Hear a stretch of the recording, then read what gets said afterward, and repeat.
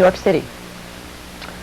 Yesterday evening, correspondent Mike Taibbi introduced you to the shadowy personalities of Missing Foundation. That's what they're called.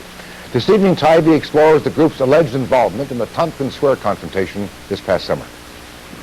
Beyond the accepted fact that a lot of cops acted badly on the night of August 7th, some in violation of departmental rules, investigators after the fact began probing the other side of this unseemly mess. Was the Tompkins Square Park riot planned, or at least instigated, and if so, by whom? Certainly there were hints that trouble was expected. Hours before it started, a radio station invited its listeners to come to the riot and listen to the suggestion made to this amateur videographer, who was apparently shooting too much too soon. Are you shooting right now? Yeah. You should save it for the riot. I was actually going behind the cops and telling them, hey, you know, I see y'all talking about, you know, your own personal stuff, but what about somebody crazy like me that would come behind you that just totally hates cops and would just like nothing more than just take off all your heads while you was looking the other direction? Park denizen Daniel Rakowitz admits his plan was to distract the cops, and that soon enough the bottles and M80s started flying.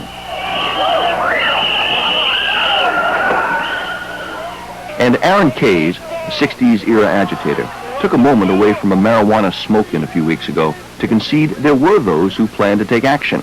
He wouldn't name them, but he said they did come to the park loaded for bear. There were angry folks who shall remain unnamed that did toss bottles and M80s in anger. In the days after the riot, investigators and other observers noted that many of the self-styled neighborhood spokesmen adorned themselves with a uniform set of symbols and anti-cop, anti-landlord, anti-yuppie slogans. The feds were involved by then, and what they saw led them to begin raising questions about the group called Missing Foundation, the authors of those same symbols and slogans, and supposedly just a rock group. Those first official questions about Missing Foundation led investigators to this basement apartment at Bowery and 6th. We rented this place in about January. It was supposed to be, one guy was supposed to be contractor, the other guy was supposed to be artist. The scene of destruction left behind by the apartment's occupants, David Kelly and Peter Colangelo, was extraordinary, disturbing, and in its unanswered questions, plain shocking. At first glance, it seemed to be the home base for whatever Missing Foundation was. There were the large format negatives with the symbols plastered all over town. There were the slogans, "Your house is mine," "Landlords are the scum of the earth and therefore must die." And then there were the other hints amid the rubble that something beyond mere political sloganeering had been going on in this windowless place. One wall spoke of hate, hate. Another of no pigs, dead pigs, slashed over the MF poster. Helter Skelter, the Charles Manson battle cry, was splashed across another wall. A gruesome photograph of a man impaled on a bed of nails sat astride a life-size replica of the same bed of nails. The odd bone or vial of liquid was there. Pamphlets from satanic cults, a candelabra with the black and lavender candles used in the satanic black mass, and a few items building owner Yuri Blanerovich still can't believe he found. I found some skins. It looked like sort of whitish cat, or I don't know, couldn't tell what because there wasn't, you know, anything you could identify by.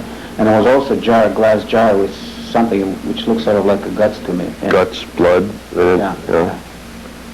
And then after they demolished the place, I found that cat, which was still breathing, was very skinny, and was laying right on the front of the door. Yeah. And it had one side of his belly shaved.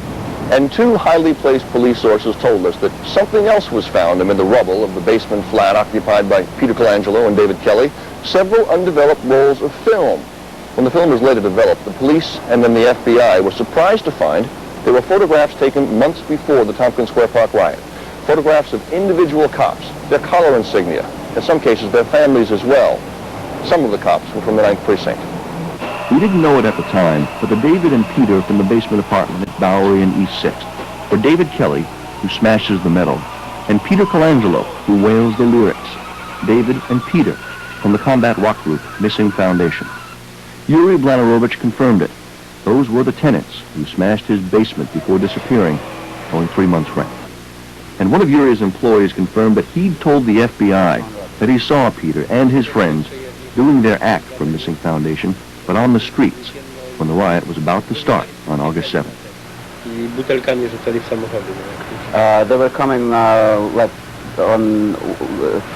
from the First Avenue, and they were throwing the garbage cans, beer bottles on the street, onto coming cars,